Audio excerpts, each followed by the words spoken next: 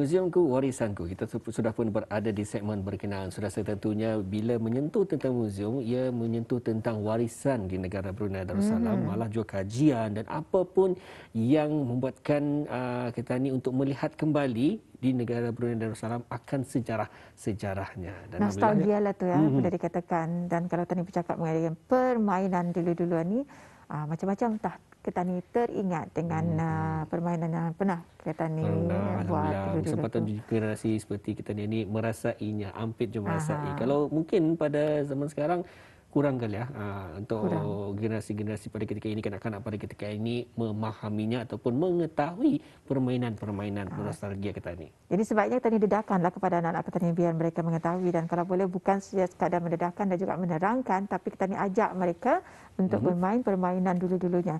Jadi inilah segmen Muziumku Warisanku yang kita bawakan, tajuknya Nostalgia Permainan Dulu-Dulu. Jadi siapa sebenarnya narasumber kita yang akan bersama kita untuk menerangkan tajuk yang kita bawakan pada pagi ini? Baik, Alhamdulillah kami bawakan kepada Auda di Rampai Pagi untuk edisinya hari ini, iaitu Yang Mulia Tuan Haji Mahrin bin Haji Abbas, Pegawai Perkhidmatan Pelajaran ya.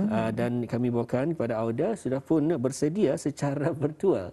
Baik, Assalamualaikum Tuan. Waalaikumsalam warahmatullahi wabarakatuh. Alhamdulillah. Apa khabar Tuan untuk hari ini? Alhamdulillah, baik saja ni. Syukur nikmat. Baik Tuan, untuk pertamanya mungkin dapat dikongsikan kepada penonton kita ni, bagaimana ni sebenarnya permainan tradisional dapat memberikan nilai-nilai positif, malah juga ia dapat membantu dalam pembentukan seorang individu, terutama sekali perkembangan kanak-kanak. Silakan Tuan. Okey, terima kasih. Jadi kalau tadi ingat dulu masa kita ni kecil-kecil ataupun zaman kanak-kanak kita ni, memang banyak permainan-permainan yang kita ni ikut atau bermain sama kawan-kawan kita ni. Jadi walaupun dia macam biasa, macam main macam tu saja, tapi sebenarnya ia mempunyai nilai-nilai positif yang ada efek kepada seseorang kanak-kanak itu. Jadi bukan saja orang sebagai mendatangkan hiburan, tapi ia juga boleh memberikan nilai-nilai pendidikan kepada kanak-kanak tersebut dan menguji minda serta kecerdasan dan daya saing secara positif. Jadi di sini dalam konteks pendidikan itu, ia melibatkan secara fizikal dan mental. Di fizikal itu ia melibatkan macam kanak-kanak itu berlari ataupun melompat dan apa-apa pergerakan fizikal yang mana tidak secara langsung boleh melatih seorang kanak-kanak itu untuk mempunyai kecerdasan dari segi fizikal dan juga mental, iaitu dengan cara berfikir, membuat strategi bagaimana untuk menang. Jadi selain itu ia juga mengajar kanak-kanak itu untuk berdisiplin, bagaimana dengan mengikut peraturan-peraturan yang ada dalam permainan itu. Jadi dengan ada peraturan-peraturan ini, sebuah atau suatu permainan itu akan jadi menarik. Kemudian tentunya mendatangkan hiburan, keseronokan atau kanak-kanak sioknya. Jadi kalau kanak-kanak itu siok bermain, artinya diorang akan main lagi. Tapi ada masanya kanak-kanak itu akan berhenti kalau hanya cakapnya indah siok Tapi indah siok itu artinya bukannya akan berhenti itu, artinya akan main permainan lain lagi sama kawan-kawannya. Betul. Kemudian interaksi, ini untuk mengajar anak-anak itu untuk bergaul dengan kawan-kawannya atau berbicara.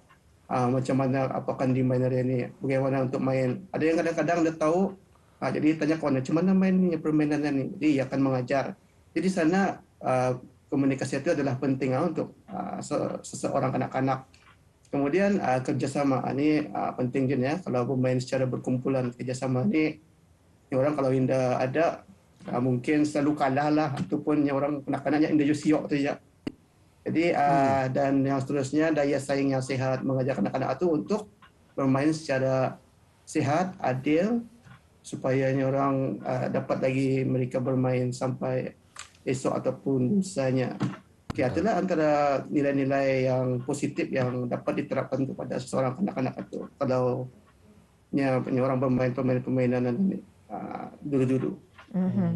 Jadi di sini mungkin dapatkah dikongsikan apakah sumber-sumber yang digunakan untuk membuat sesuatu permainan dan permainan-permainan yang dimainkan oleh masyarakat Brunei Darussalam. Macam mana tu? Okey. Uh, Kalau zaman kanak-kanak, kita ni punya ni orang sumber atau tu terhad.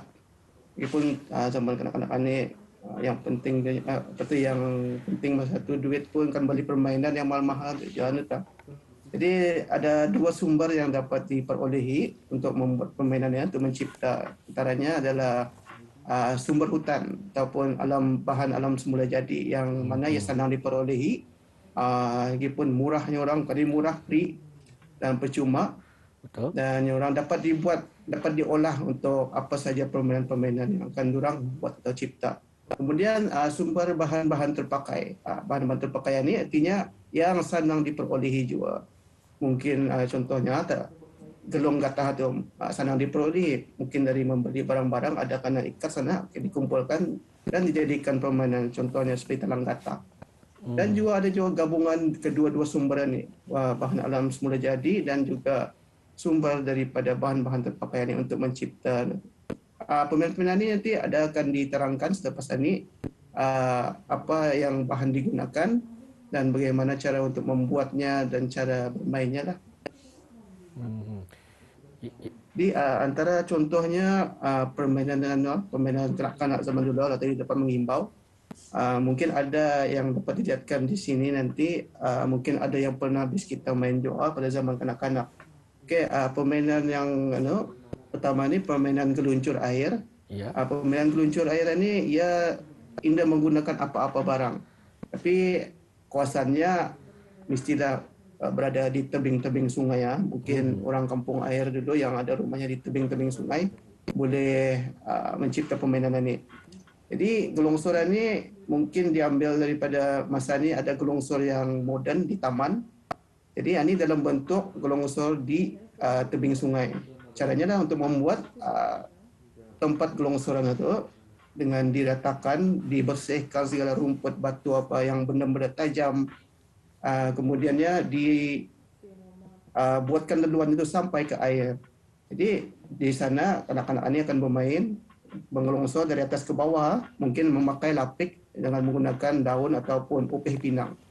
Jadi permainan ini walaupun ia simple, namun ia mendatangkan keseronokan juga kepada pemainnya. Macam balik-balik dimainkan itu dicampur lagi dengan mandi di sungai. Jadi ia jadi sebagai satu hiburan kepada anak-anak itu. Kemudian permainan kedua ini permainan lompat gatah. Kalau kita ni tahu masa ni lompat gatah moden lah, pakai gatah, gelung-gelung gatah tu disambung sehingga panjang 1 ataupun ke 3 meter lah. Dan di hujungnya dipegang oleh dua kanak-kanak untuk diolahkan dari rendah, tinggi dan sampai yang tinggi sekali. Jadi bahan-bahan ini adalah bahan-bahan dari barang terpakai ya. Tapi kalau tidak ada bahan-bahan yang terpakai, mungkin juga boleh dipakai daripada bahan semula jadi. Contohnya daripada rotan. Rotan yang lembut sedikit boleh diolahkan untuk bermain. Kemudian tali akar dan tali nilon pun boleh juga. Dan juga yang boleh dipakai tali kalat. Tapi kalau kan ada yang tali kalat itu macam payah juga, barat je tu kali ya, kalau yang tabal. Jadi bolehlah dipakai semua sumber yang daripada alam semula jadi ini.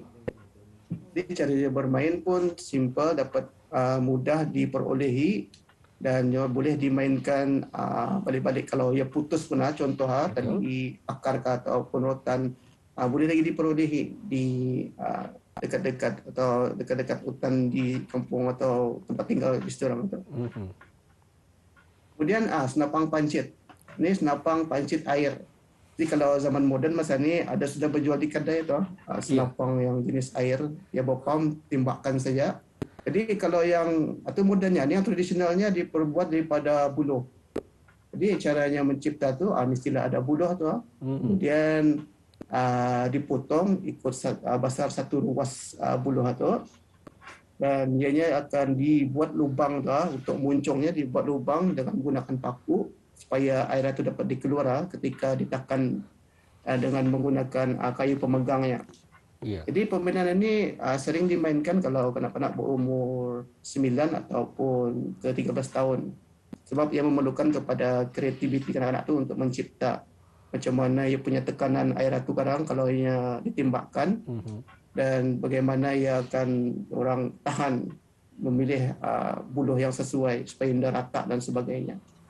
Jadi pemilihan ni orang siok ketanian ni lah, kalau zaman kanak-kanak tu siok ketani membuat lah, sebab ia macam orang benda yang paling susah, tapi ia punya caranya bermain tu memerlukan memakai strategi, bermain di kawasan-kawasan yang tersembunyi. Betul. Macam orang main perang-perang tapi bersih kanak-kanak. Betul. Jadi ini ada cara-caranya membuat tu ditunjukkan juga. Ini pun ada bukunya juga, nanti saya lihatkan di akhir presentasi ini. Kemudian permainan lastik. Permainan lastik ini paling popular jenis zaman dulu. Lastik ini ia diperbuat daripada dahan kayu yang mempunyai bentuk atau jenis Y, kemudian digabungkan dengan bahan-bahan terpakai, iaitu biasanya gelang gatah. Gelang gatah itu akan diikat dari ujung-ujung kayu itu, kemudian tengah-tengahnya akan digunakan gatah seperti gatah tayar untuk petani memegang pelurunya. Pelurunya ni diperbuat atau diperolehi dari sumber saja, contohnya macam batu.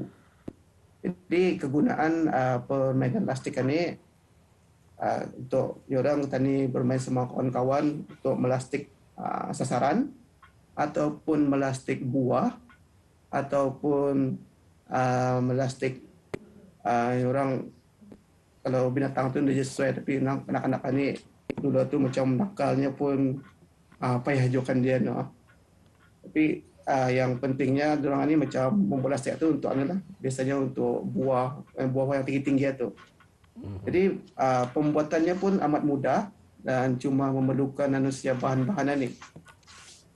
Kemudian permainan labu-labuan.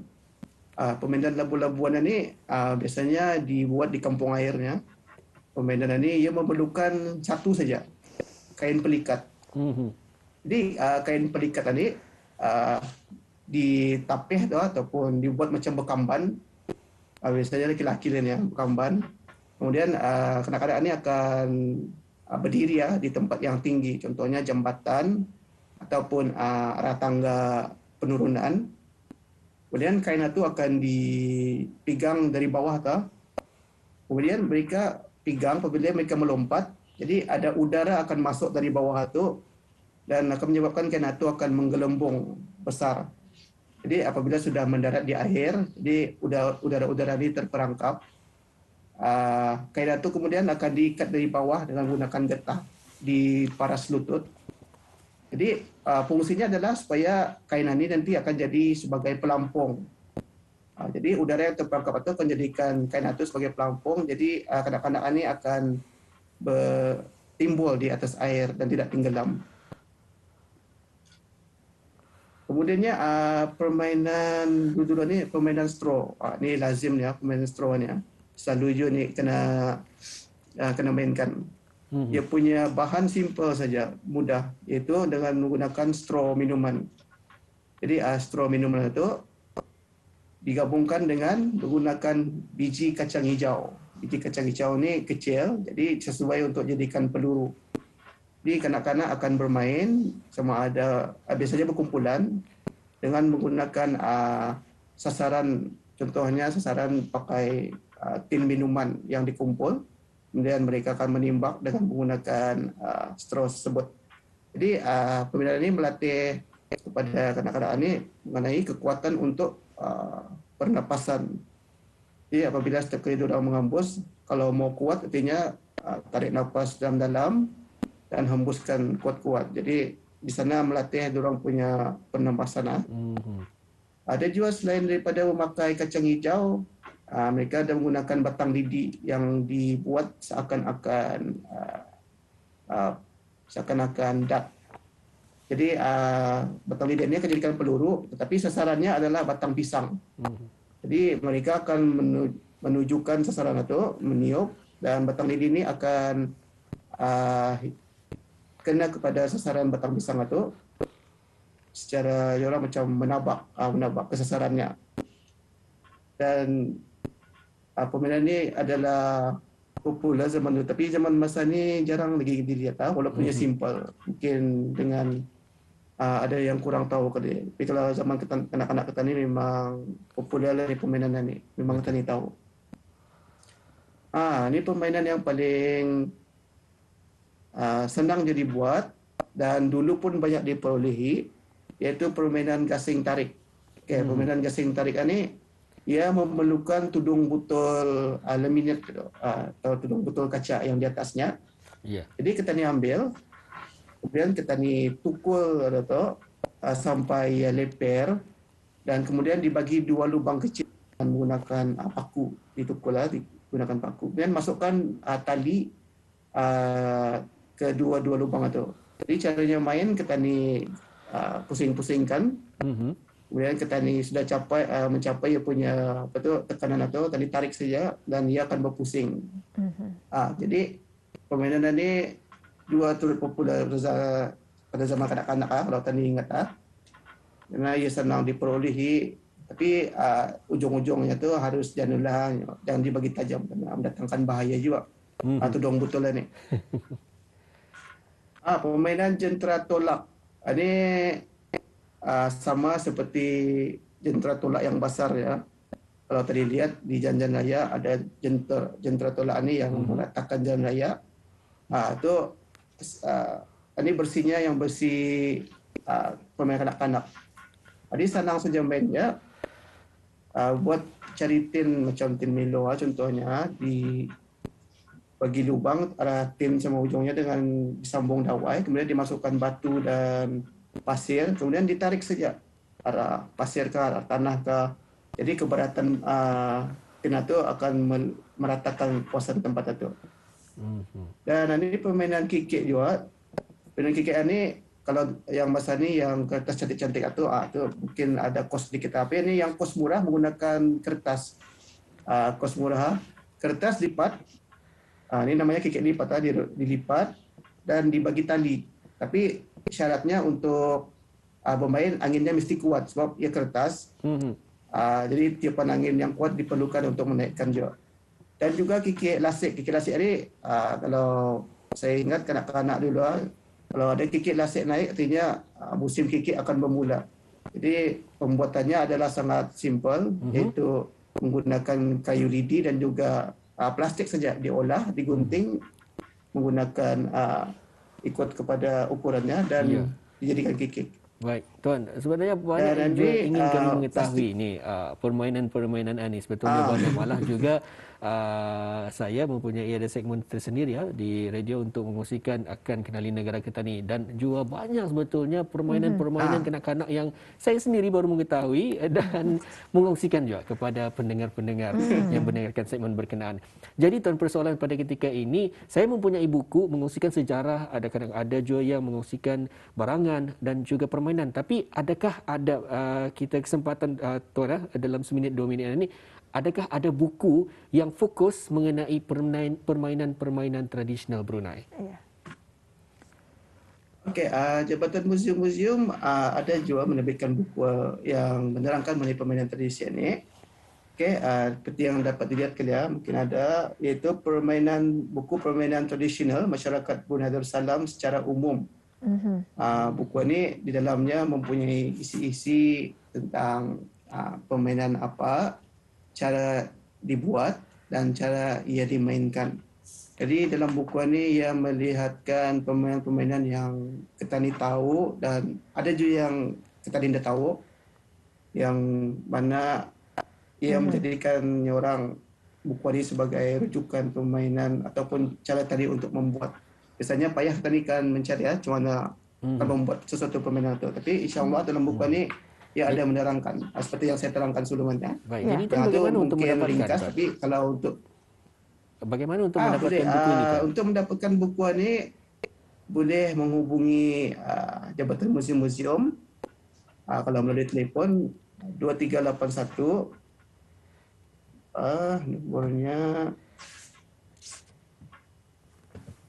Okey, ini dia bagi mendapatkan buku. Okey, nombornya 2381 672 dan 2381 677, ataupun boleh melihat di www.museums.gov.bn Dan jika ada sebarang pertanyaan mengenai buku ini, boleh info@museum.gov.bn.